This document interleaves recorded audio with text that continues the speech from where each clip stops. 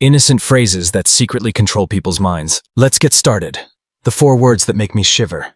Someone says those 4 words. We need to have a chat. Your stomach lowers. You think about everything you've done wrong. Those 4 words are like a bomb in your mind. Your brain doesn't like not knowing what's going to happen. It tries to guess what's going to happen next to keep you safe. We need to have a chat. Doesn't give any information. Is it about money? How are things between you? That thing you said last Tuesday. Your mind dreaded. Desperate for answers. Bridges the gaps. Because we tend to be negative, we think the worst. Your brain turns into a director of horror movies, and you're the main character. It's unusual that we need to chat and then you won the lotto. It's probably the start of hard talks, terrible news, or fights. Your brain remembers this pattern.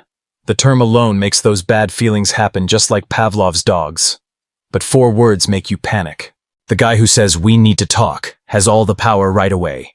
They know what's going to happen. They are ready. You're caught off guard and scrambling. This phrase puts you on the defensive and makes your brain's alert system work. You're weak and waiting for the other shoe to drop. With just 4 words, the speaker takes over your feelings. Your amygdala, which is the part of your brain that controls fear, kicks in. Your body might start to get ready to fight or run away. Heart rate is elevated. Palms that are sweaty. Mind racing. This isn't just true in personal interactions. Picture your employer saying this. Or a doctor. The setting changes, but the sting of anxiety stays. It makes you get involved, even if you don't want to. A reasonable reaction to a sentence that was carefully crafted to steal your peace of mind. Number 7. The weapon of disappointment. You made a mistake. I forgot a birthday. Missed the deadline. Broke a promise. They don't yell. They sigh. I'm not angry. I'm just let down. A punch to the gut right away. This is worse than being yelled at. You can get defensive when someone is upset. Fight back. But disappointment is a surprise attack. Going around defenses, making you feel things. It makes you feel like you've not only done something wrong, but also let down someone who trusted you. There is no rule that says this. It's not what I expected. A lack of trust. Your brain sees this as a failed relationship. This is what a parent tells a youngster. The child doesn't merely think they're in trouble. They think they've let their parents down. Disappointment means I thought you could do better, but you didn't. It's a strong way to make you feel like you caused their grief. I'm disappointed typically means things like, after all I've done, this is how you repay me. The speaker is not a victim of what you did, but of how you didn't live up to their idea of you. It's effective because you want to fix the harm to show that you're the person they wanted. This makes it a very effective way to convince others. Next time you're more inclined to do what they want, so you don't have to feel bad about letting them down again. That remark that seems so sweet is a very effective way to make someone feel guilty. Mind control that isn't loud, yet hurts sentiments.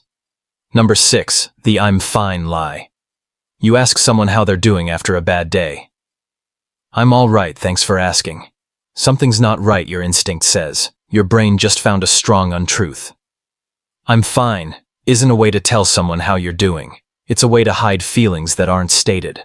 A lot of the time the truth is the reverse. Your partner says, I'm fine, with a clenched jaw after an argument, not looking someone in the eye.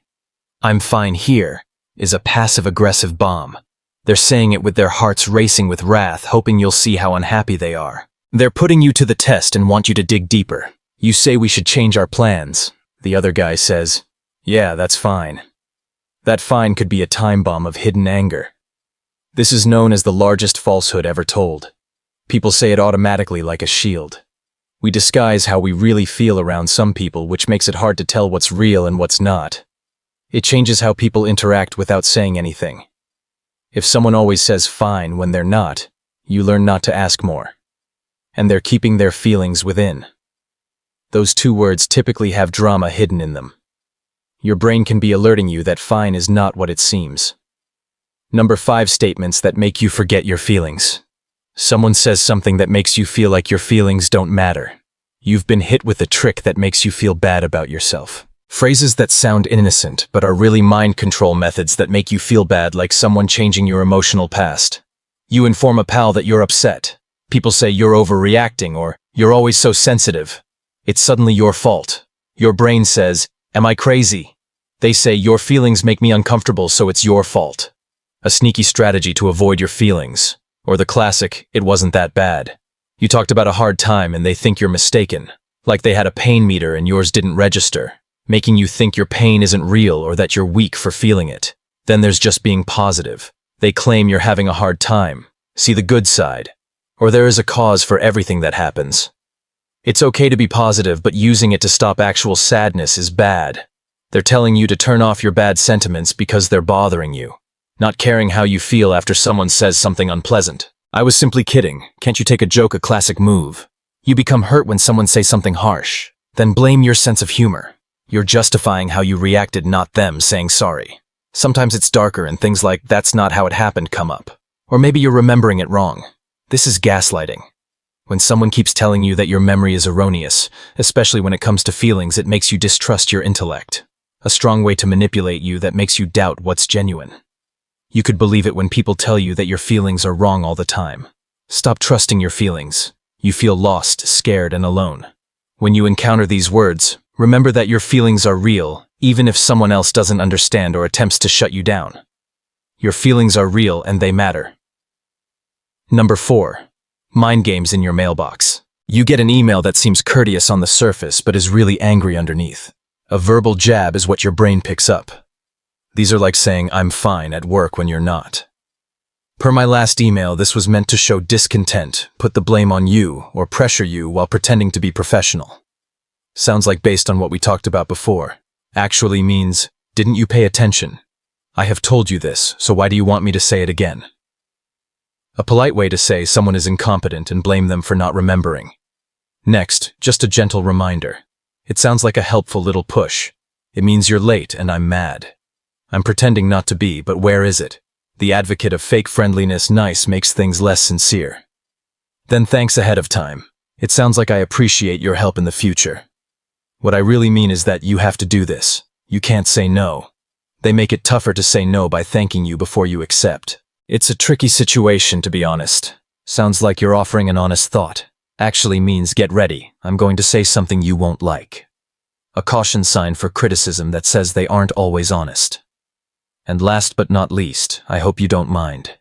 It sounds like you're checking to see whether this is okay. In fact, that indicates I've already done something I should have asked for.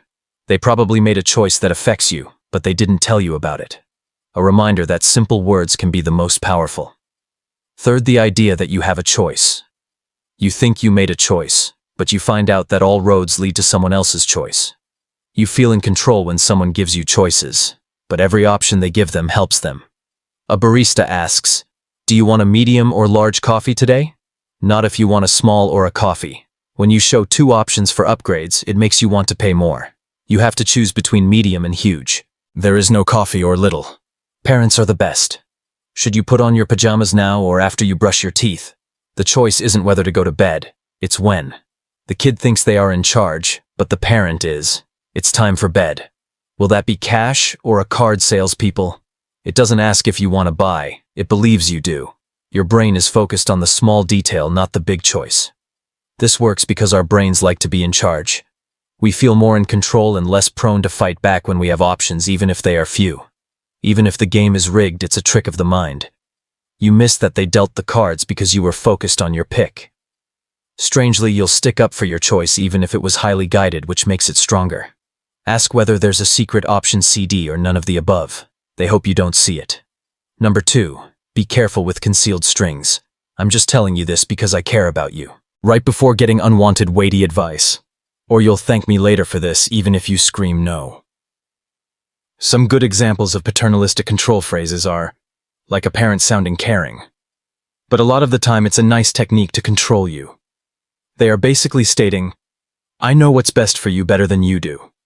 Taking on the position of wise authority, which makes you require their help.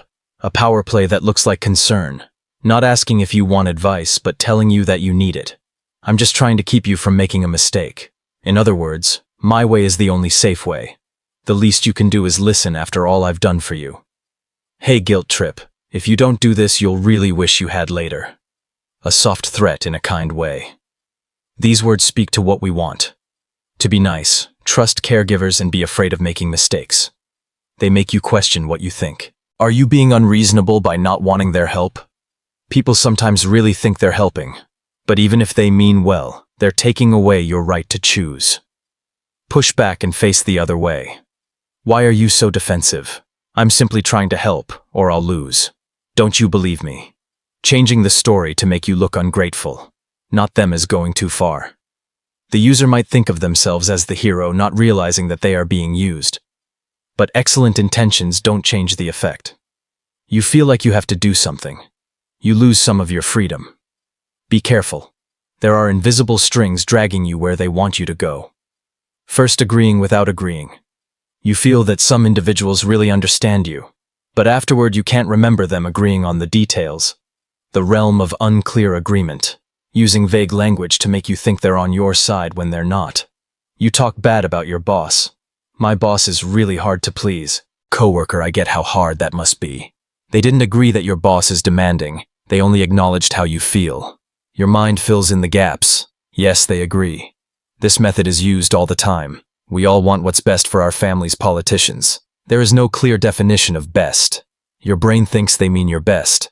Salespeople, the pricing seems too exorbitant. They nod their heads. It's really crucial to get a good deal. It didn't say it was a good deal. I didn't cut the price. I merely understood your worry. You feel like you've been heard somehow. More likely to buy.